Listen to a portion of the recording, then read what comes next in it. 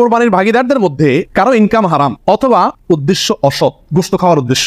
কোরবানির দিন হাঁস মুরগি জবাই করা জায়েজ আছে কিনা, কোরবানি আর আকিকা এ দুটো একসাথে দেওয়া যাবে কিনা, কোরবানির গোশত দিয়ে দিনের প্রথম খানা খেতে হয়, এই কথাটা কতটুকু সঠিক, পশুর জান যাওয়ার আগে কি চামড়া ছিলা জায়েজ আছে, কত বছর বয়স হলে আপনি সেই পশু দিয়ে কি করতে পারবেন, কোরবানি দিতে পারবেন। দাঁত দেখে বয়স নির্ধারণ করে আমাদের দেশে। জবাইয়ের সময় বিসমিল্লাহ বলতে যদি কেউ ভুলে যায় তাহলে কি করবে? কোরবানিকারীকে কি চুল, নখ ইত্যাদি কাটা থেকে বিরত থাকতে হবে? বিয়ের অলিমার গোশত সংগ্রহের জন্য কোরবানি করা জায়েজ আছে কিনা, কোরবানির ভাগীদারদের নাম জপা কোরবানির পরে এটা জরুরি কিনা, জবাইয়ের সময় বিসমিল্লাহ বলতে যদি কেউ ভুলে যায় তাহলে কি করবে? এর উত্তর হলো, নিজের পশু তো নিজে জবাই করা উত্তম। যারা প্রফেশনাল জবাই করেন মৌলভী সাহেবরা, তারা তো ভুলের কথা না, কারণ তাদের অভ্যাসই আছে। নিজেটা নিজে করতে গেলে ডরে ভয়ে ভুলেও যেতে পারে। যদি কেউ ভুলে যান, ভয়ের কোনো কারণ নাই। মুসলমান যদি ভুলেও যায় তবুও সেই পশু হালাল হবে, খাওয়া হারাম হবে না। ইচ্ছাকৃত যদি কেউ বিসমিল্লাহ না বলে সেটা ভিন্ন কথা, এটা সমস্যা আছে। কিন্তু ভুলে যদি বিসমিল্লাহ না বলে তাতে পশু হালালই থাকবে, হারাম হবে না ইনশাআল্লাহ। কোরবানির গোশত দিয়ে দিনের প্রথম খানা খেতে হয়, এই কথাটা কতটুকু সঠিক? উত্তর হলো পুরাই সঠিক।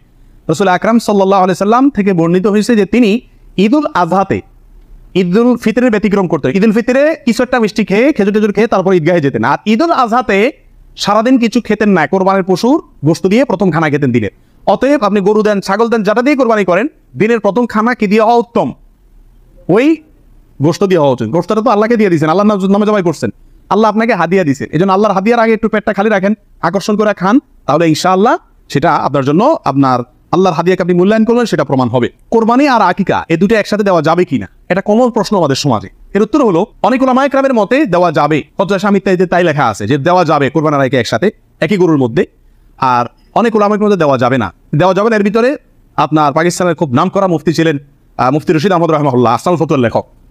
তিনি হানাফি মাযহাবের বড় উলামায়ে কেরামের মধ্যে থেকে তিনি কঠোরভাবে এর বিরুদ্ধে করেছেন এবং বলেছেন কোন অবস্থাতেই কোরবানি আর আকিকা একসাথে মিক্স করা যায় না, উচিত না। কারণ কোরবানি একটা ইবাদত, আকিকা আরেকটি ইবাদত। আর তাছাড়া গরু এক অংশে একাধিক ব্যক্তি দিতে পারবে, এটা কোরবানির ক্ষেত্রে নবী সাল্লাল্লাহু আলাইহি ওয়াসাল্লাম বলছেন, আকিকার ক্ষেত্রে বলেন নাই। সেজন্য কোরবানি এবং আকিকা পৃথক হওয়া উচিত। একই দিনে হতে পারে, কিন্তু গরুর অংশে কোরবানির না, এই আকিকার কারণ নামের অংশ থাকা উচিত না। এই মতটা বেশি শক্তিশালী এবং বেশি সতর্কতামূলক। কোরবানির গোশত কিভাবে বন্টন করবেন, কয় ভাগ করবেন? এর উত্তর হলো, কোরবানির পশু 3 ভাগে বন্টন করা উলামায়ে কেরাম মুস্তাহাব বলেছেন, কিন্তু কোন হাদিসের ক্ষেত্রে আলাদা করে এভাবে নির্দেশ করা হয় যে 3 ভাগ করতে হবে। আল্লাহ কোরআনে বলছেন যে ফাকুলু মিনহু, তোমরা কোরবানির পশু থেকে নিজেরা খাও, ওয়া তাইমু আল কানিআ ওয়াল মুতাররা, ধনী গরিব সবাইকে দাও। তাহলে ধনী গরিব 2 ভাগকে দাও, আবার নিজে খাও, 3টাই হয়ে গেল এখানে। এর থেকে 3 ভাগ মোটামুটি ভাবে ইঙ্গিতে বোঝা যাচ্ছে, কিন্তু এটা কোনো জরুরি কিছু না। আর সহিহ মুসলিম হাদিসে আছে নবী রাসূলুল্লাহ সাল্লাল্লাহু আলাইহি ওয়াসাল্লাম বলেছেন তোমরা নিজেরা খাও, আবার রেখেও দাও, আবার দানও করো, অর্থাৎ 3টা করা যাবে। আবার সহিহ মুসলিম আরেক বর্ণনায় আসছে তোমরা খাও এবং মানুষকে খাওয়াও। তাহলে বোঝা গেল নিজে খাওয়া, অন্যকে দান করা সবগুলাই উত্তম এই কোরবানির গোশতের ক্ষেত্রে। কোরবানির দিন হাঁস মুরগি জবাই করা জায়েজ আছে কিনা? আমাদের দেশে অনেকেই গ্রামের দেশে বলেন যে কোরবানির দিনগুলোতে, ঈদের দিনে কি করা যায় না, হাঁস মুরগি জবাই করা যায় না। আসলে কতটা সঠিক? উত্তর হলো, এটা সম্পূর্ণ ভিত্তিহীন বানোয়াট কথা। এর কোনো গ্রহণযোগ্য ভিত্তি ইসলামী শরিয়াতে নাই। বরং কোরবানি ঈদের দিনে কেউ চাইলে হাঁস বা মোরগ কি করতে পারবে, জবাই করতে পারবে। তবে যদি এটাকে কোরবানির নিয়তে করে যে আমার তো গরু ছাগল দেওয়ার সামর্থ্য নাই, আমি মুরগি দিয়েই দিলাম কোরবানি, তাহলে সেক্ষেত্রে এই জবাই কি হবে না, জায়েজ হবে না। কারণ এই পশু দিয়ে কি হবে না, কোরবানি হবে না। এমনি গোশত খাওয়ার জন্য যদি জবাই করে, তো ঈদের দিনেও জবাই করাতে কোনো সমস্যা নাই। পশুর বয়স কত হতে হবে, কত বছর বয়স হলে আপনি সেই পশু দিয়ে কি করতে পারবেন, কোরবানি দিতে পারবেন? এর উত্তর হলো, পশু যদি হয় সবচেয়ে বড় পশু অর্থাৎ উট, তাহলে সেক্ষেত্রে সেটার বয়স হতে হবে কমপক্ষে 5 বছর। কত বছর? 5 বছরের নিচে যদি ওটার বয়স থাকে, ওইটা এমনি জবাই করতে খেতে পারবেন, কিন্তু কোরবানি হিসাবে কি করতে পারবেন না, জবাই করলে এটা কোরবানি আদায় হবে না। গরু যদি হয় তাহলে সেক্ষেত্রে তার বয়স হতে হবে কমপক্ষে 2 বছর। আর ছাগল, দুম্বা, ভেড়া এগুলো যদি হয় তাহলে তার বয়স হতে হবে কমপক্ষে 1 বছর। তাহলে ছোট পশুগুলা 1 বছর, গরু 2 বছর ও 5 বছর। ছোট পশুর মধ্যে আবার দুম্বা, ভেড়া এগুলো যদি 6 মাসের বয়স, 7 মাস, 8 মাসের বয়সেরটা দেখতে 1 বছরটার মতো বড় দেখা যায়, তাহলে চলবে। কিন্তু ছাগলের ক্ষেত্রে পরিপূর্ণ কি হইতে হবে, 1 বছর হওয়া লাগবে। দাঁত দেখে বয়স নির্ধারণ করে আমাদের দেশে। এটা কি ঠিক নাকি ঠিক? কি বলেন আপনারা? এটা ঠিক। কারণ হলো, পশু বিশেষজ্ঞ যারা আছেন, পশু সম্পর্কে যারা ভালো বুঝেন, পশু লালন পালনে যারা দক্ষ, অভিজ্ঞ, তারা পশুর গালের ভেতরকার বিশেষ ধরনের দাঁত যখন একটা বের হয় তখন বুঝেন এটা 1 বছর হয়েছে, 2টা বের হলে বুঝেন 2 বছর হয়েছে, এবং এটা অভিজ্ঞতা দ্বারা মোটামুটি প্রমাণিত, প্রতিষ্ঠিত। যার কারণে ওইটার উপরে নির্ভর করে বছর নির্ধারণ করা, নির্ণয় করা কি আছে, সঠিক।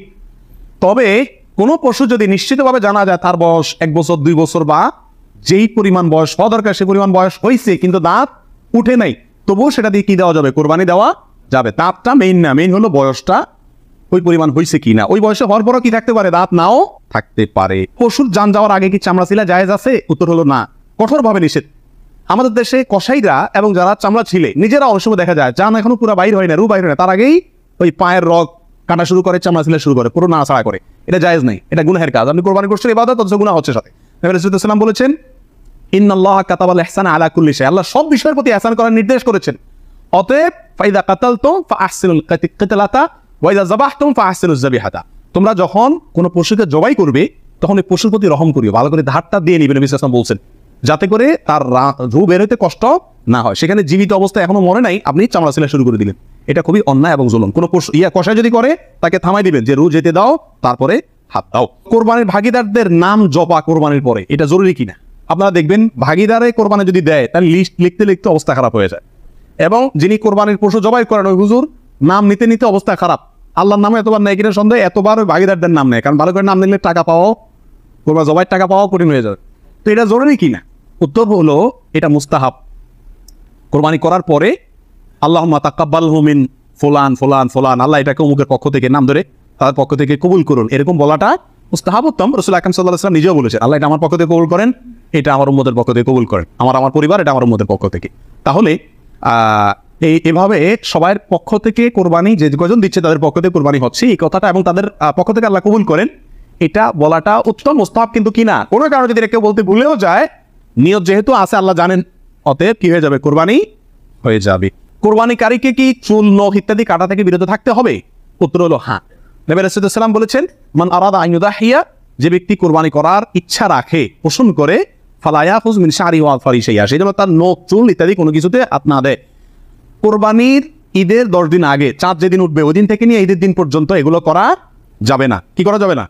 চুল, নখ ইত্যাদি কাটা যাবে না, কাটবে না কোরবানিকারী ব্যক্তি। কোরবানি দেওয়ার পরে চুল, নখ ইত্যাদি কাটবে, এটা খেয়াল রাখা উচিত। কোরবানির ভাগিদারদের মধ্যে কারো ইনকাম হারাম অথবা উদ্দেশ্য অসৎ, গোশত খাওয়ার উদ্দেশ্য আছে না নেই? কোরবানি না দিলে ছেলে মেয়েগুলা কার দিকে চেয়ে থাকবে? কোরবানি না দিলে নতুন আত্মীয় তারা কি বলবে? ব্যয়ের বাড়িতে রান কেমনে পাঠাবো? এরকম অনেক উদ্দেশ্য থাকে কি থাকে না? সারা জীবন দিয়ে আসছি, বছর না দিলে সমাজে মুখ থাকে না, মানুষ কি বলবে? এই মানসিকতা নিয়ে কোরবানি অনেকে দেন না।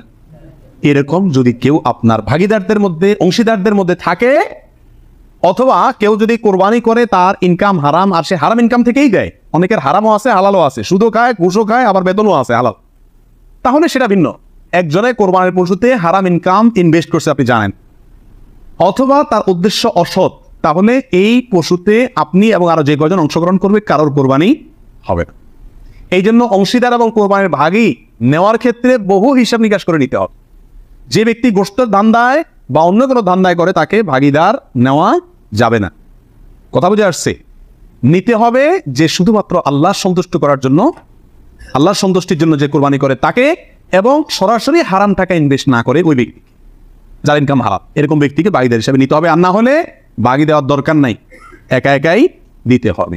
বিয়ের অলিমার গোশত সংগ্রহের জন্য কোরবানি করা যায় আছে কিনা? আমাদের দেশে উল্লেখযোগ্য সংখ্যক বিয়ে হয়ে থাকে কোরবানিদের পরে। আপনারা খেয়াল করবেন, আগদ হয়তো আগে পরে হয়, খাওয়ান দাওয়ানের অনুষ্ঠান হয় কোরবানিদের পরে। আল্লাহ মাফ করুক, কোরবানির সময় তো গরু একটা এমনি জবাই করা লাগে, তো ওই সময় যদি অলিমার অনুষ্ঠানটা বা বৌভাতের অনুষ্ঠানটা করা যায় তাহলে তো ওই গোশত দিয়েই সারা যায়, গোশতের টাকাটা বেঁচে যায়। যদি কারোর এরকম উদ্দেশ্য থাকে তাহলে সেক্ষেত্রে তার কোরবানি হবে না। আর যদি কেউ মনে করে যে না, ঈদের পরে সবাইকে পাইতে সুবিধা হয় সেজন্য ওই টাইমটাতে করতেছি, অথবা আপনার কোরবানি করলাম অলিমার জন্য আলাদা গরু জবাই করলাম, অথবা আপনার কোরবানির গোশত অলিমার জন্য করে না, আমি অলিমা করলেও একটা গরু দেই, অন্য বছর না থাকলেও একটা গরু আল্লাহর জন্য দেই, এরকম যদি কেউ থাকে তাহলে তার জন্য জায়েজ। আর তা না হলে এই কোরবানির গোশত দিয়ে অলিমা সারা, অনুষ্ঠান সারা, এটা যদি ওই উদ্দেশ্যে করে তাহলে সেক্ষেত্রে এটা কোরবানি হবে না, বরং এটা এক ধরনের তামাশা হবে কোরবানি না।